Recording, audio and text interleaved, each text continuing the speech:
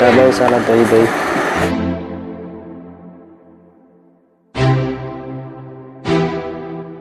Hey guys, what's up and welcome back to my another video। अनि आजको video फेरि म जति पनि छ गिटारिस्टहरु हैन, गिटारिस्टहरु स्पेशल चाहिँ नि मैले यो भिडियो चाहिँ नि सबै गिटारिस्टहरुको लागि बनाएको।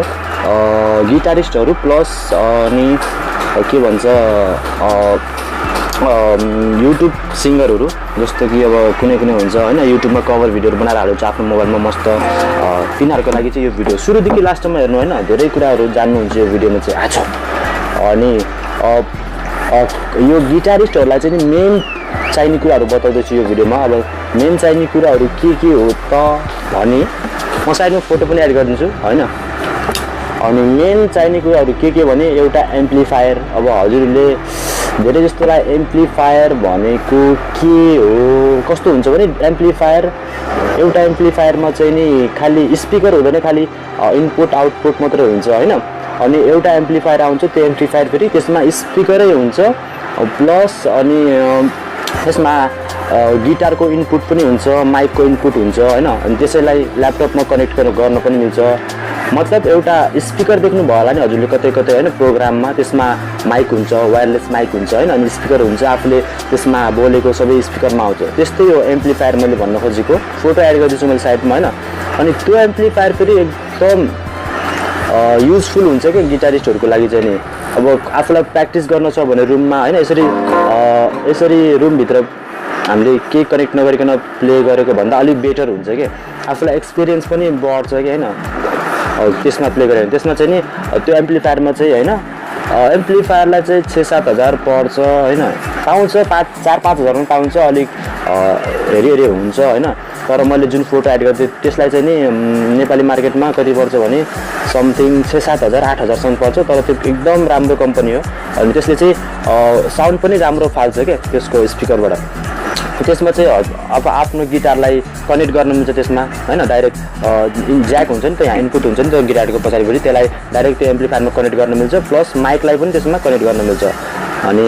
अनि हजुरले कतै अब प्रोग्रामहरु हैन फंक्सनहरुमा चाहिँ डाइरेक्ट त्यो लगाएर सानो हुन्छ, छोटो मिठो हुन्छ, सानो हुन्छ के, अनि त्यसलाई त्यसमा लगाएर परफर्म गर्न पनि मिल्छ। अनि सिक्न पनि हुन्छ घरै बसेर हैन। प्लस त्यसमा चाहिँ नि रेकर्ड गर्न पनि मिल्छ। मतलब एउटा कनेक्टर हुन्छ, केबल हुन्छ, एउटा केबल आउँछ हैन, त्यो केबल किन्नु भयो भने चाहिँ त्यो पनि मैले एड गरिदिन्छु। त्यसलाई चाहिँ नि ल्यापटपमा कनेक्ट गर्न मिल्छ अनि रेकर्ड गर्न पनि मिल्छ है। त्यो चाहिँ हजुरलाई एकदम मोस्ट इम्पोर्टेन्ट। हजुरले पनि अब जान्नुभएछ हैन, एकदम इन्ट्रेस्ट हुनुहुन्छ भने चाहिँ त्यो चाहिँ नि 6-7 हजार यताउतिबाट एडजस्ट गरेर किन्नु एकदम राम्रो हुन्छ हजुरको लागि। अनि प्लस अब राम्रो अडियो रेकर्डिङको लागि चाहिँ हैन, एउटा अडियो रेकर्डिङको लागि चाहिँ नि अब माइक 2-3 हजारमा आउँछ, माइक स्ट्यान्ड सबै पप फिल्टर 2-3 हजारमा आउँछ हैन। हेरी छ, स्टार्टिङ चाहिँ 2-3 हजारदेखि हुन्छ। 2-3 हजारमा एउटा माइक पनि आउँछ, स्ट्यान्ड आउँछ, अनि पप फिल्टर आउँछ। अनि एडिटिङ गर्नलाई चाहिँ हैन अडियो रेकर्डिङ गरिसकेपछि मोबाइलमा पनि रेकर्डिङ हुन्छ। अलि ड्यामडुम बन्द गरेको कोठा हुन्छ नि त्यसमा अलि गुन्जिन्छ नि हो, त्यसमा हैन राति चट्ट हल्ला नभला रेकर्ड गरे भने त्यो रुममा पनि हुन्छ। अनि त्यसलाई फेरि अडियो रेकर्डिङ गरिसकेपछि त्यसलाई एडिट गर्नुपर्छ क्या। मेन कुरो सबै खेल एडिटिङमै छ हैन। एडिटिङ गर्न चाहिँ अब एन्ड्रोइड सफ्टवेयरहरु चाहिँ खासै राम्रो छैन। ल्यापटपमा चाहिँ नि एउटा one of the best free software चाहिँ नि अडासिटी भन्ने आउँछ। त्यसमा चाहिँ हजुरले त्यसलाई स्टुडियो टाइपको रेकर्डिङ गरेर एडिटिङ गर्न मिक्सिङ गर्न सब मिल्छ कि त्यो अडासिटी भन्ने एप्लिकेसनमा। ल्यापटप विन्डोजमा चल्छ हैन। त्यो चाहिँ नि मोबाइलमा चाहिँ नि लेक्सिस भन्ने एउटा एप्लिकेसन आउँछ, तर त्यसमा खासै त्यस्तो एडिटिङको चाहिँ उस छैन। त मोबाइलको लागि चाहिँ त्यो राम्रो छ लेक्सिस भन्ने है। अनि अरू चाहिँ अब हेरा बाउ साला दही दही।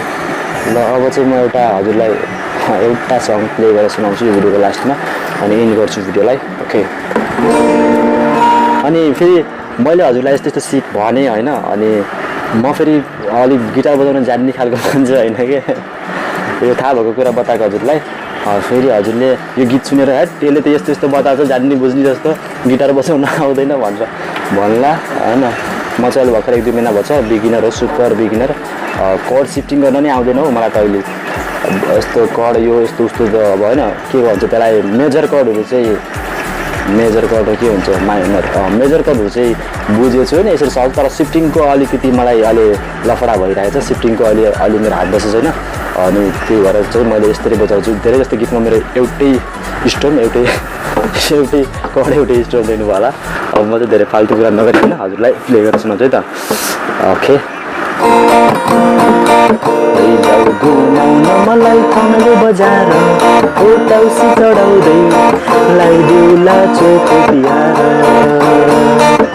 जाऊ घुमाउन मलाई कमलो बजार औसी चढाउँदै लाइदेऊला चोको बिहार पर्न लाइदेऊला चोको बिहार लान्छु घुमाउन काठमाडौँ सहर हो लाग्छ रहर लाउन चोको बिहार पर्न लाइदेऊला चोको बिहार पर्न लाइदेऊला चोको बिहार साह्रै नै मिठो कुवाको पानी कैकेले उठाउने साह्रै नै मिठो कुवाको पानी कैकेले उठाउने तिर्खम लाग्यो पसिना छुट्यो कम्केले बुझाउने तिर्खम लाग्यो पसिना छुट्यो कम्केले बुझाउने आइदेऊला मेरलको पानी हजुर पुरानी हजुर मिलाउला चोको बिहार पर्न लाइदेऊला चोको बिहार पर्न लाइदेऊला चोको बिहार घरिघरि त्यो ढोका खुल्दैछ त्यो भएर पछाडि मेरो हल्का यसरी बसेर चाहिँ ठिक हुन्छ होला है ओके बाई बाई